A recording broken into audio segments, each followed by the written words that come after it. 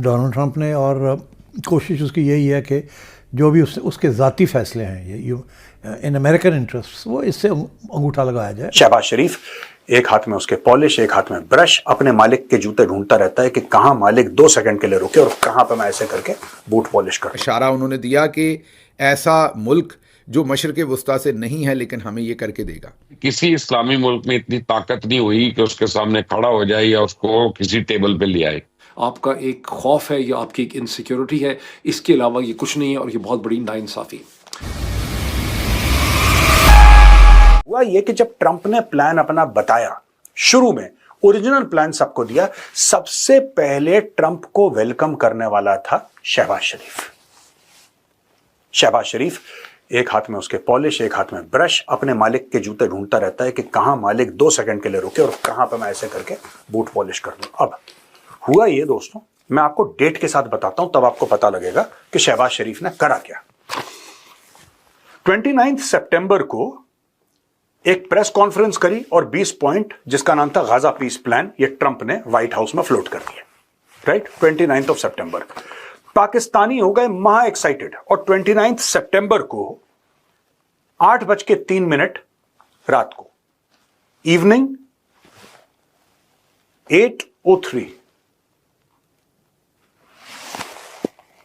PM, Shahbaz शरीफ कहते हैं, welcome president Trump's 20-point plan to ensure an end to the war in Gaza. I am also convinced that durable peace between the Palestinian people and Israel would be essential in bringing political stability and economic growth to the region. It is also my firm belief that President Trump is fully prepared to assist in whatever necessary. I laud President Trump. इसने President Trump करके बस ये नहीं बोला कि President Trump is Shahbaz Sharif father, उसके अलावा इसने सब बोल दिया। ठीक है, चलो कोई बात नहीं, आपकी मान्यता है, कोई दिक्कत नहीं है, आपने ट्रंप करा। अब हुआ ये कि जैसा मैंने आपको बताया, इन्होंने कर दिया प्लान चेंज। अब जो मुस्लिम देश थे वो पड़ गए सख्ते में, ये सख्ते में पड़ गए। अच्छा, पाकिस्तान के तो कोई स्टेक्स है नहीं, Pakistan has no stakes apart from the fact that people of Gaza and the people of Pakistan share a common religion. Otherwise Pakistan के कोई भी स्टेक्स है नहीं। पाकिस्तान कहे लाख कि हम लोग उम्मत में सबसे ज्यादा तगड़ी हमारी, उससे कोई फर्क नहीं पड़ता। They have no stakes in Gaza, but Trump invited them to sit at the table. ठीक है ना, Trump invited them to sit at the table. Pakistanis were glad, ये तो बड़े खुश हो गए कि हमारी दोस्तियां हो गई ट्रंप के साथ, और देखो हमें सिर्फ डाइनिंग टेबल पे नहीं, कॉन्फ्रेंस टेबल पे भी बैठाया, और बहुत बड़ी डिप्लोमेटिक जीत है।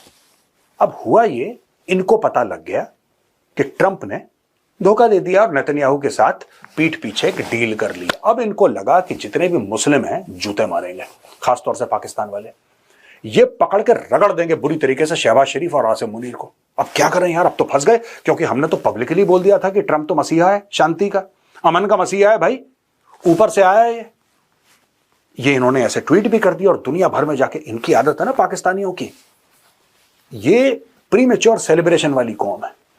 मैं आपको बताता हूं, आप कभी भी देखना है, I am not trying to make light of the situation, आप कभी भी देखना है, एशिया कप का फाइनल हुआ नहीं, इन लोगों ने पार्टी का इंतजाम कर लिया, केक का इंतजाम कर लिया, अपनी बिरयानी ऑर्डर कर ली कि बस हम तो, ये पता नहीं क्यों ऐसा इनका दिमाग है। रुक जाओ यार, बड़े बोल क्यों बोलने हैं, क्यों बड़ी बातें करनी, एक बार हो जाए फिर सेलिब्रेट करो। नहीं, अब तो ये हो जाएगा, अब तो ये हो जाएगा, फिर उसके बाद डिप्रेशन में चले जाते हैं। और सिर्फ आवाम ऐसी नहीं है, इनके लीडर भी वैसे ही हैं, इनके लीडर भी वैसे हैं। पहले झूठ, ये हो गया पाकिस्तान का, ये डिप्लोमेसी फलाना ढिमका, वहां पे ट्रंप। देखिए एक बात समझिएगा, ट्रंप ने जो धोखा दिया है, जो 8 मुस्लिम देश, उसमें से जीसीसी वाले भी थे कुछ लोग, उसमें सऊदी अरब भी था, उसमें तुर्की भी था, Turkey is a non GCC country but Turkey is part of NATO, उधर पाकिस्तान भी बैठा था। उसने, देखिए ट्रंप की फितरत में है धोखा। आप एक बात समझिए, अगर ट्रंप को लगता है कि उसका उल्लू सीधा होना है, तो वो दोस्तों को धोखा देने में वो पलक झपकने से पहले धोखा दे देगा। पाकिस्तान वो सुपर कॉन्फिडेंट कि अब तो हम डाइनिंग टेबल पे भी बैठ गए, अब कॉन्फ्रेंस टेबल पे बैठ रहे हैं, अब हमें इन्वॉल्व करा जा रहा है, एक इन्वॉल्वमेंट हमारी है। क्योंकि पाकिस्तान भाई, पाकिस्तान का वजूद इतना बड़ा हो गया ओवरनाइट, पाकिस्तान के पास न्यूक्लियर वेपन्स हैं, और अब पाकिस्तान की राय ली जा रही है कि दुनिया भर के मसले कैसे सॉल्व हों।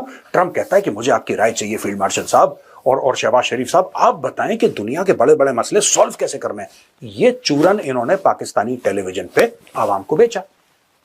अब क्योंकि पाकिस्तान की आवाम 50% जाहिल है, 50% ज्यादा ही होगी, लेकिन कागजों पे कम से कम 50% जाहिल है, उनको पता ही नहीं क्या चल रहा है। अब उससे हुआ ये कि साहब आवाम ने तो ये गड़क लिया कि हमारा फील्ड मार्शल तो बहुत तीरंदाज आदमी है और हमारा जो प्रधानमंत्री है वो क्या भला फेंकता है। अब लोग हो गए खुश। हुआ ये कि जब ट्रंप ने धोखा दिया तो पाकिस्तानियों को लगा कि यही आवाम हमें जूता मारेंगे कि तुम तो सौदा करके आ गए यहूदियों के हाथों और क्रिश्चियनों के हाथों, तुम तो सौदा करके आ गए मुसलमानों का।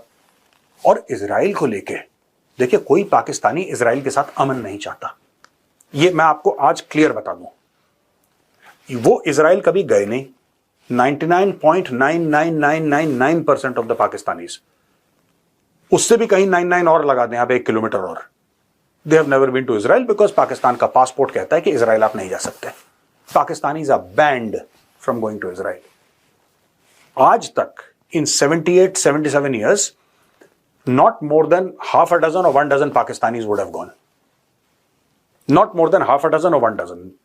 6 से लेकर 12 पाकिस्तानी कभी इजराइल गए होंगे तो होंगे, otherwise they have been meeting secretly in neutral locations, but physically visiting the state of Israel very few, you can count them on the fingers of both hands. इतने गए हैं, इनको कुछ पता नहीं, लेकिन एक हेट्रेड है क्योंकि वो यहूदी हैं। अब इस बीच में हुआ क्या कि इस भाई ने, शहबाज शरीफ ने तो ढोल नगाड़े बजा दिए कि भाई जीत गए, मजा आ गया एज यूजुअल। प्रीमेच्योर सेलिब्रेशन का इनका बहुत बड़ा एक बीमारी है पाकिस्तानियों को, तो प्रीमेच्योरली इन्होंने सेलिब्रेट कर लिया। वीडियो में कहा था कि इनके पास 48 घंटे हैं। उस वीडियो के 48 मिनट के बाद ही वो काम कर दिया जो मुझे लगता था शायद 48 घंटे लगेंगे। ट्रंप के डेवोस में लैंड करने से पहले ही डिसीजन ले लिया गया। ना पार्लियामेंट से पूछा गया, ना ऑल पार्टीज कॉन्फ्रेंस बुलाई गई, ना कोई सलाह मशवरा हुआ, और पाकिस्तान की किस्मत का फैसला कर दिया गया। और वो फैसला फॉरेन मिनिस्टर आपको सोशल मीडिया पे सुनाता है और फॉरेन ऑफिस ने भी सोशल मीडिया पे जारी किया। पाकिस्तान ने ट्रंप के सो कॉल्ड अमन बोर्ड का हिस्सा बनने का फैसला कर लिया। पाकिस्तान के साथ साथ जितनी भी बादशाहतें हैं मुसलमान दुनिया में, उन्होंने भी इस बोर्ड का हिस्सा बनने का फैसला कर लिया है। लेकिन इंपॉर्टेंट बात यह है कि यूरोप के टॉप के तमाम ममालिक ने इस बोर्ड का हिस्सा बनने से इनकार कर दिया है। यूरोप अमेरिका से दूर हो रहा है। इतनी बुरी पॉलिसीज है अमेरिका की कि यूरोप के लिए भी नाकाबिले बर्दाश्त हो गई हैं। लेकिन पाकिस्तान घुसा है बीच में जाके। ये जरा आप प्रेस रिलीज पढ़ें। ये वजारते खारजा से जारी हुई है। कितने ममालिक ने मिलकर की है? सऊदी अरेबिया, तुर्की, इजिप्ट, जॉर्डन, इंडोनेशिया, पाकिस्तान, कतर और मुत्तहिदा अरब अमारात। इन सारे ममालिक ने मिलकर ऐलान किया है कि ये ट्रंप के सो कॉल्ड अमन बोर्ड को ज्वाइन करने जा रहे हैं। ये यूनाइटेड नेशंस के पैरेलल एक इदारा खड़ा किया जा रहा है जिसका हिस्सा मुसलमान दुनिया के सारे डिक्टेटर्स बन गए हैं, आंखें बंद करके, तमाम डिक्टेटर्स। अर्दवान भी एक लिहाज से डिक्टेटर ही है। बहरहाल कह सकते हैं कि वो इलेक्शन जीता हुआ है, हालांकि 25 साल से वो इक़्तिदार में है। तो आप अगर देखें तो पूरी मुस्लिम दुनिया के सारे डिक्टेटर उसकी गोद में जाके बैठ गए हैं, जबकि जो आज़ाद दुनिया है उसने अभी तक ज्वाइन नहीं किया। जय हिंद दोस्तों। इन दिनों फील्ड मार्शल असीम मुनीर और शहबाज शरीफ दोनों ट्रंप के आगे पीछे दुम हिलाकर घूम रहे हैं। कुछ दिन पहले तक पाकिस्तानी कह रहे थे हम कभी इजराइल के साथ बात नहीं करेंगे, लेकिन जब ट्रंप ने मुनीर और शहबाज शरीफ की खिंचाई की और कहा कि गाजा पीस टॉक के लिए इजराइल के साथ भी टेबल टॉक करना होगा और गाजा पीस फंड के लिए पैसे भी देने होंगे, अब पाकिस्तानी ट्रंप के चंगुल में बुरी तरह से फंस चुका है।